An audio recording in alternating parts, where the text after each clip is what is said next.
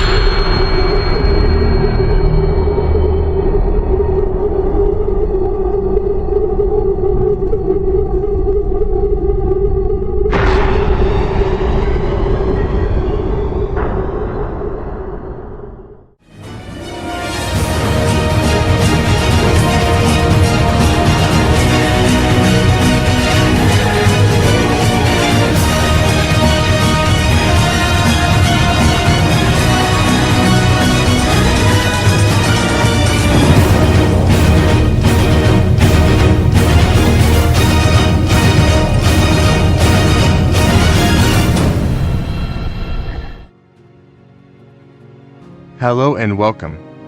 Grab a snack and a beverage, have a seat. Make yourself comfortable, put your feet up, and welcome to my story.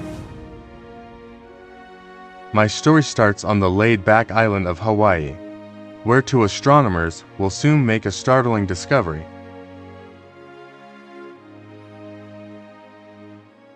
Astronomers, Drs. Mark Fan and Dorothy Nakagama, walk on the beach, relaxing before their shift at the observatory this evening. Mark and Dorothy are close friends and are enjoying their time off before work.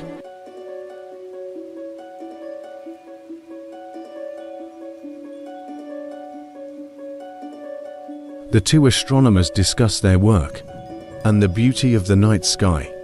The conversation shifts to recent observations of celestial objects and their potential threat. As yet, they have no idea how real that threat actually is. Up on the mountain, as the sun sets, the tech guys are already opening the observatory shutters to prepare for the night's observations. Now that it's getting dark, Mark and Dorothy start the long drive up the mountain into the 10 degrees below zero cold night air. To begin their night of observations, they will be gazing into a little-known part of the night sky with their powerful telescope. The evening goes normally as they log observations into the tracking software. Around 3 a.m., they decide to run the simulation and see the results. The large screen displays the tracks of several dozen asteroids, so it takes some time to realize that something is not right. It appears that a large rock the size of an iceberg is on a collision course with Earth.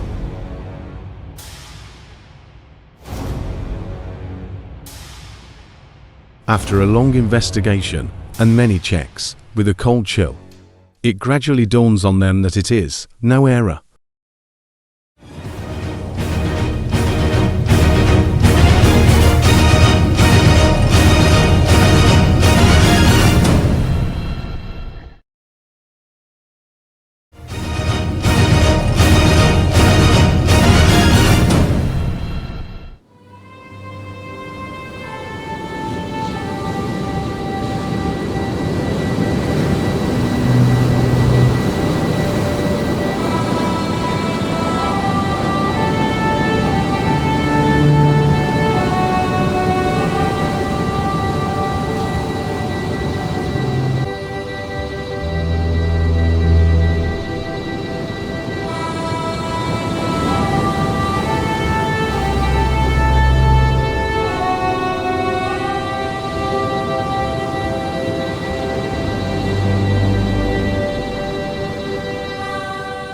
"4,000 miles away from Hawaii, on another beautiful beach in Florida, Dr. Emil Franz and his daughter, Kim, relax and reconnect.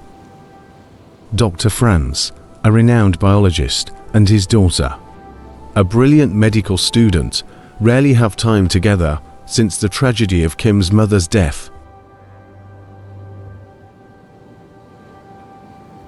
Nevertheless, their bond is strong and the sun and surf fill them with strength and hope. They will need that strength and hope in the coming months. Word is spreading quickly about the asteroid. The shocking news will reach them at any moment. But now Dr. Franz thinks about his lost wife and his vulnerable young daughter.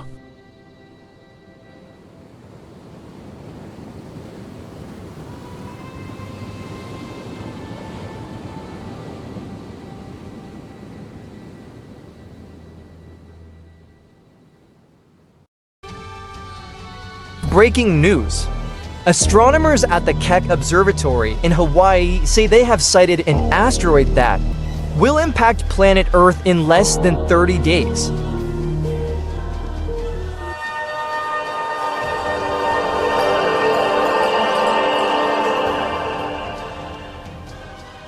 We've just gotten confirmation from Homeland Security that the newly discovered asteroid known as Anubis will hit Earth in 28 days. It is expected to strike in North Africa, but the effects will be wide-ranging with debris falling all over North Africa and the southern Mediterranean region.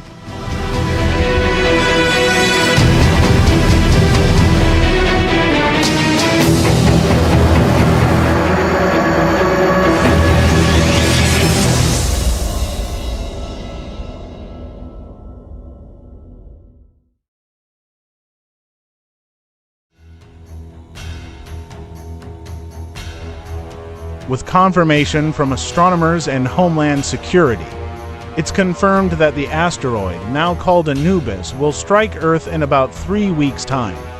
For the first official message on how this will affect all of us, we now transfer you to the U.S. Capitol for a message from them. Thank you, Tyler. This is Kathy Amesley for TNC News. I'm here at the United Nations building in New York City. Large crowds have gathered to hear the UN chairman's announcement. We're just waiting now for him to arrive at the podium. The tension is palpable, Tyler. Okay, Tyler, I think we're ready to go. The UN Secretary. I address you today from the United Nations. As you probably already know, Earth will be hit by an asteroid in less than a month. It has never been more important to put aside our personal and national interests and cooperate, coordinate, and assist one another to survive this ordeal.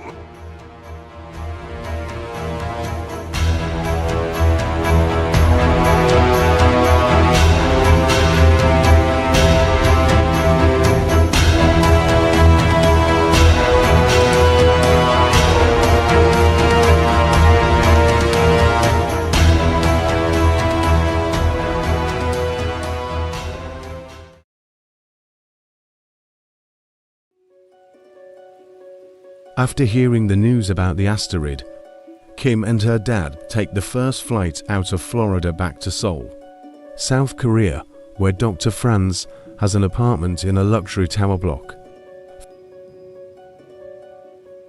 They had been watching the preparations for the comet strike and making preparations of their own.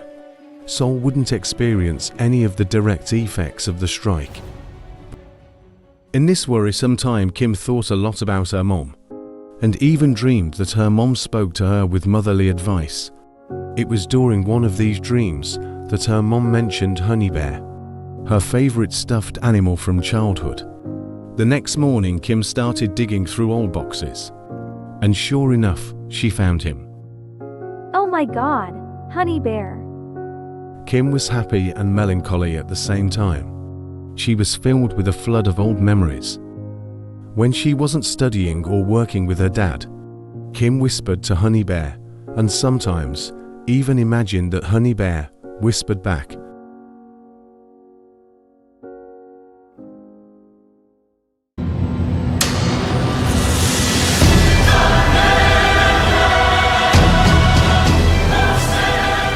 This is Annie Forrest with Global New Extra in Nairobi.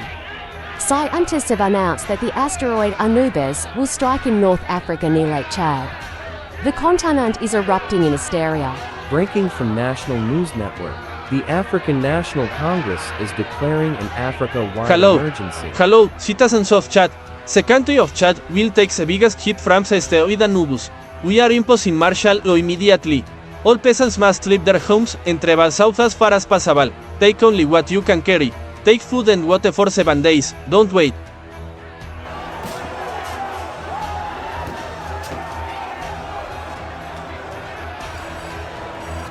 Millions are being displaced and there's rioting and looting everywhere. No one is safe. We're pulling out.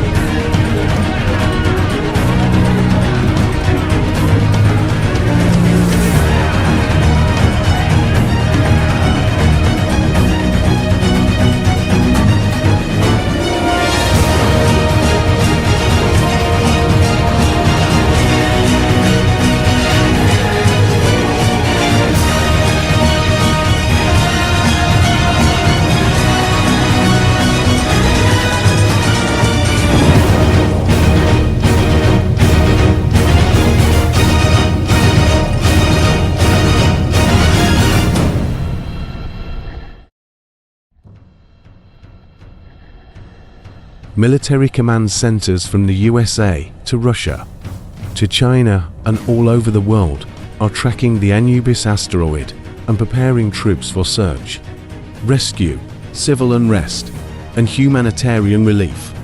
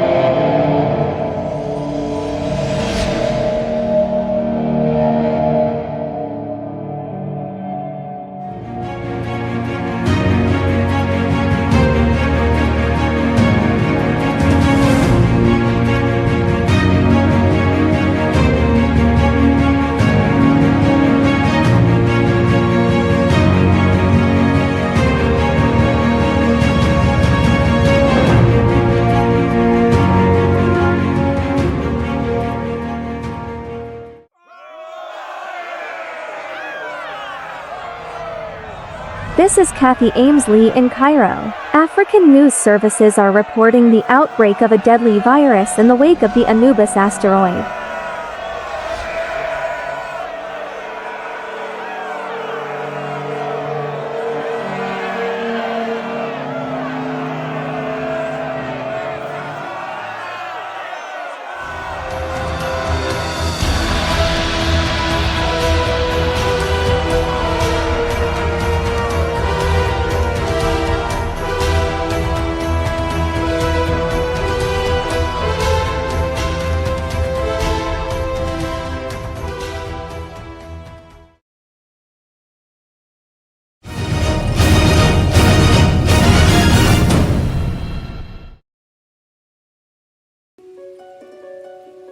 The president, concerned about progress on a cure for the virus, calls his old friend Emil to ask for help.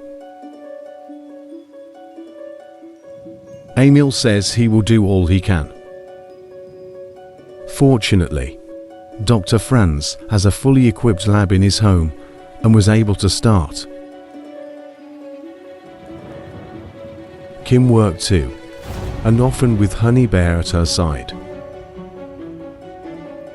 Dad, I think I've isolated the virus. I think we're going to need a bigger microscope. My God, Kim, that's great. How did you do that so fast? Actually, I'm not sure. We should gather up all our samples and get over to the Incheon Biomed Center right away. No time to lose. They have an electron microscope there and some other gear we're going to need. They packed their bags and all their samples and notes into the doctor's car and headed out to the research facility on the other side of the city.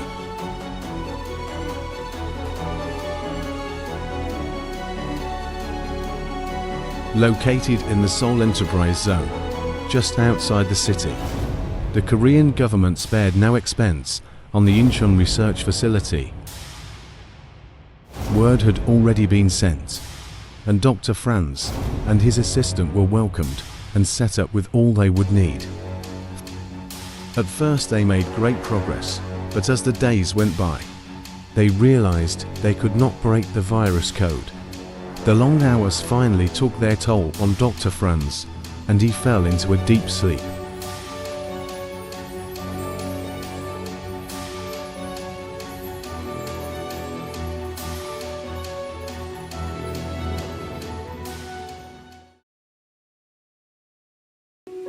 As if things weren't bad enough, unknown to Dr. Franz and Kim, the Jopok, the Korean mafia, know of his work and are making plans to kidnap the doctor and to steal his vaccination formula. But the Korean Special Forces had a surprise for the mafia.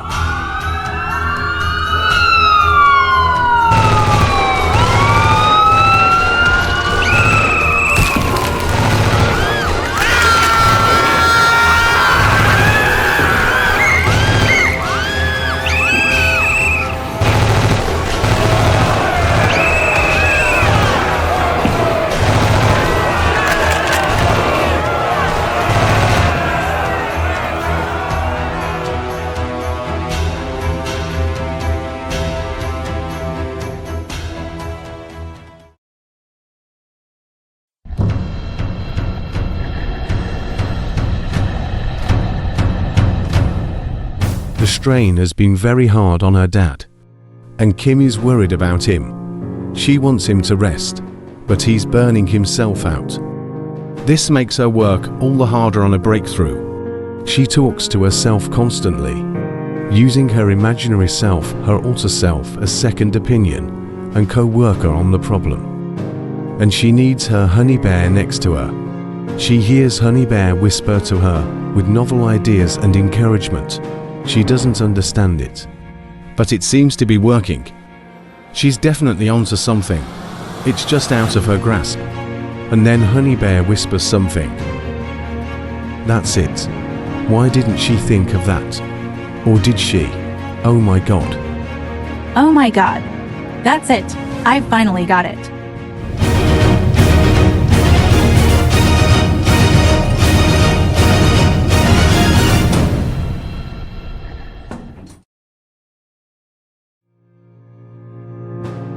When Kim caught her breath, she realized she had another problem. No one was going to believe that she had done this. Even her dad would have his doubts. And of course, she could never mention Honey Bear. She had an idea. While her dad was sleeping, Kim would put her work into his notes on his laptop. He would never realize they weren't his own. Sure enough, when Dr. Franz fell asleep, Kim slipped the formula into his notes. And when he started working the next morning, he couldn't believe what he'd done the night before. But he must have, because there it was.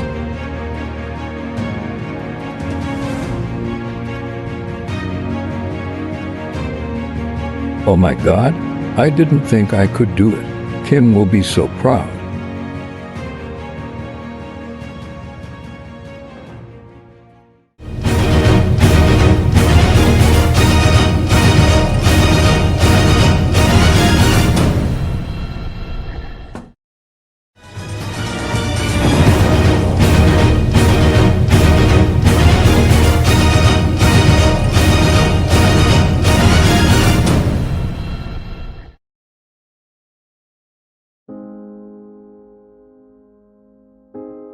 After the success of Dr. Franz's work, there was much celebration, but gradually, things went back to normal, and the years went by.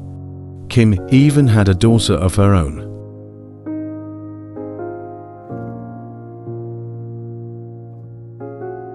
It had been years since Kim heard Honey Bear whisper to her. But on one last occasion, Honey Bear spoke. He told her that now that she was getting older, he wouldn't be able to talk to her anymore, and she would gradually forget about everything that had gone before between them. And so it happened, just like he had said. But one day the girl happened on the bear. Hey, are you talking to me? And Kim thought, how sweet. She thinks the bear is whispering to her.